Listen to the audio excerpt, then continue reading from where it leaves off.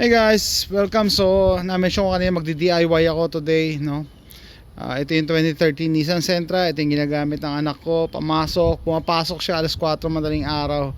So, kahapon nung tinest drive ko to, sabi, I don't feel safe na ipagamit sa kanya to. Kaya sabi ko gamitin niya Expedition. Kaya wala yung mga sakyan namin. Ito yung naiwan. Bakit? Ang problema nito, nakailaw yung sleep sensor. Yung akala ng kotse nadudulas siya. Nadudulas. Ayan o. So OBD reader, dinilit ko na yan, in-erase ko na yan. Pero pag once na mag-drive ka, bumabalik. Kaya sabi ko may mali talaga, may mali. So sabi ni YouTube, may isang nagsuggest buksan yung panel dito. Meron dito mga fuse eh. Palitan yung fuse ng BCM, body control module, 10 amps. So yun ang una kong gagawin. And then pag hindi, tatanggalin natin yung gulong. Yung speed sensor, lilinisin natin. Pag hindi pa rin, papalitan na natin yung yung bearings. Ito, order ako sa Amazon, pair. Palitan natin yung wheel bearings. Tara. Okay guys, bigyan kayo update. Nagpunta ako dun sa kabila.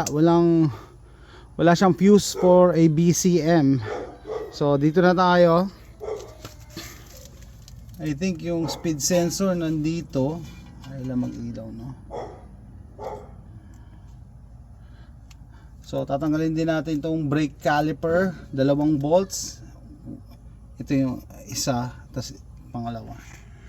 And then ito, cotter pin. Tapos yung malaking bolt. Ito kasi yung ipapalit natin, wheel bearing. Hopefully masolve yung problem. Okay, I removed the speed sensor. It's not that bad, but I'm gonna clean it anyways.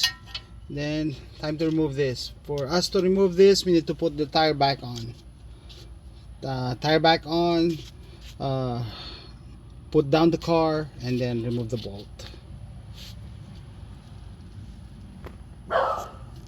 Okay, just to give you an update, this is already removed and this is the actual part that we need to replace. So we need to replace or remove 4 bolts at the back, brand new. They look the same.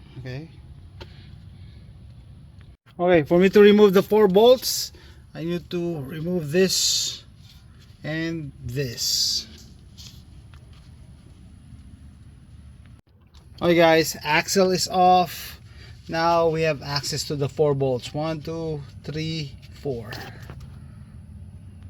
Okay, just to give you an update, I have to attach it back here. So I have leverage and now the 4 bolts are gone. Ready to pull this out. Okay guys, it's off.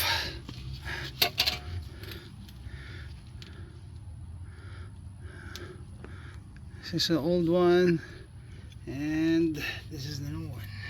Okay, ready to install. Okay guys, nakabit ko na yung bagong bearing. So ito yung luma.